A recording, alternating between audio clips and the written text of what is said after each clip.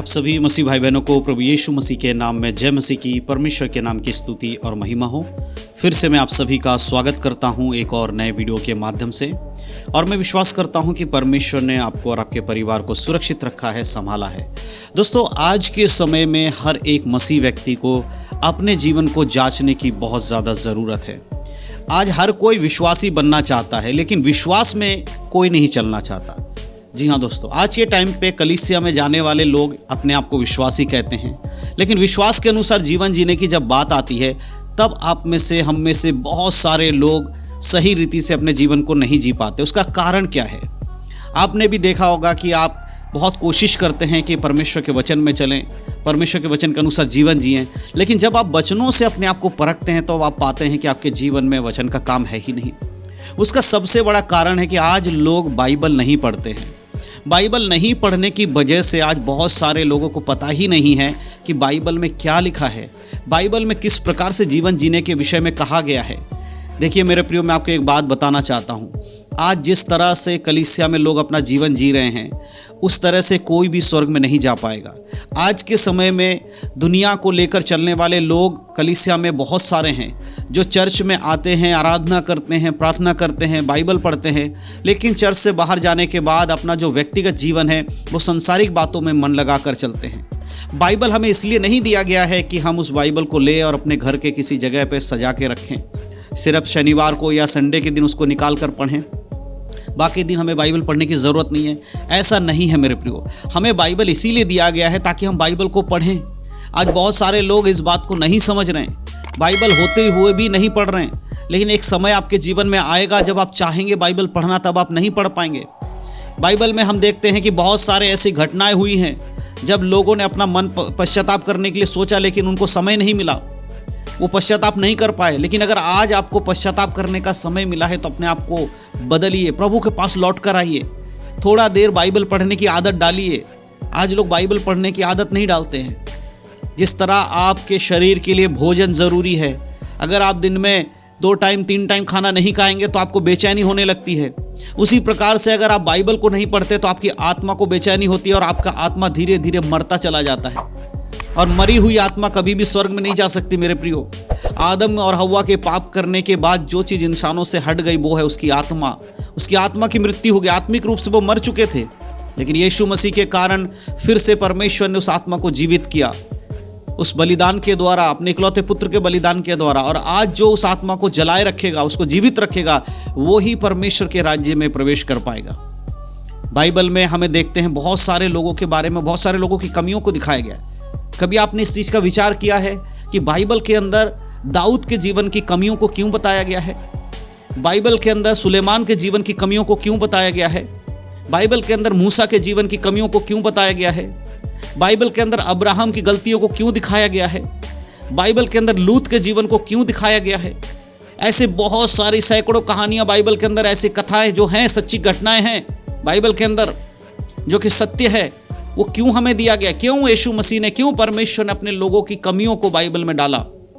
कभी विचार किया इसको? इसका अर्थ ये नहीं है कि उन लोगों की गलतियों को परमेश्वर दिखाकर उनका मजाक बनाना चाहता है। नहीं मेरे प्रियो, उनकी गलतियों को परमेश्वर ने बाइबल में इसलिए नहीं डाला कि आप उसे पढ़ें और आप ये सोचें कि दाऊद तो बहुत बुरा इंसान था, मूसा तो बहुत बुरा इंसान था, याकूब बहुत बुरा इंसान था, अब्राहम बहुत बुरा इंसान था, सुलेमान बहुत बुरा इंसान था। इसलिए नहीं दिया है बाइबल में उन सब की बातों को, परंतु बाइबल में इसलिए दिया गया है ताकि हम उनको पढ़कर हम वो गलती ना करें जो उन्होंने किया है। उन्होंने पश्चाताप करके क्षमा मांगा, परमेश्वर ने क्षमा किया, लेकिन याद रखिए उस गलती के कारण उनके जीवन में बहुत सारी प्रॉब्लम्स आई।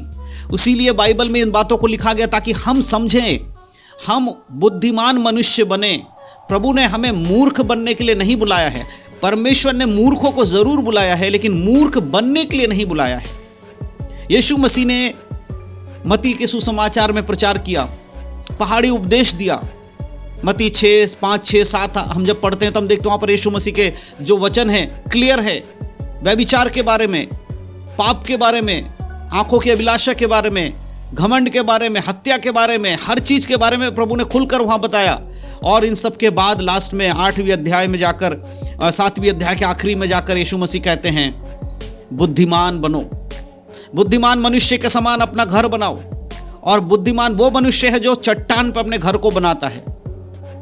अगर हम उस वचन को पढ़ेंगे तो आपको पता चलेगा। मत्ती रचित सुसमाचार उसके 7 अध्याय और उसके 26 आयत में लिखा है, परंतु जो मेरी बातें सुनता है और उन पर नहीं चलता वह उस निर्बुद्धि मनुष्य के समान ठहरेगा जिसने अपना घर बालू पर बनाया। प्रभु कह रहा है वो व्यक्ति निर्बुद्धि ठहरेगा जो मेरी बातों को सुनकर, बाइबल को पढ़ने के बाद भी अगर अपने जीवन को नहीं बदलता है, वो व्यक्ति निर्बुद्धि है, क्योंकि उसने अपने घर को चट्टान पे नहीं बनाया। ये प्रभु का वचन कहता है। हालेलुया।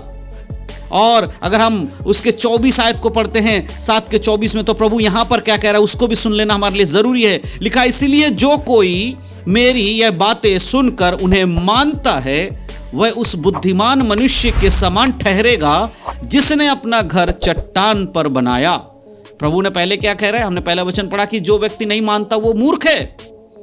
जो यीशु के वचन को पढ़ने के बाद अब उस पर चलता नहीं वो मूर्ख है, लेकिन जो उसको सुनता है, पढ़ता है, समझता है, उस पर चलता है वो बुद्धिमान है, वो चट्टान पर अपनी घर बना रहा है। आज बाइबल नहीं पढ़ने की वजह से आपको बाइबल के अंदर की बातें नहीं पता है।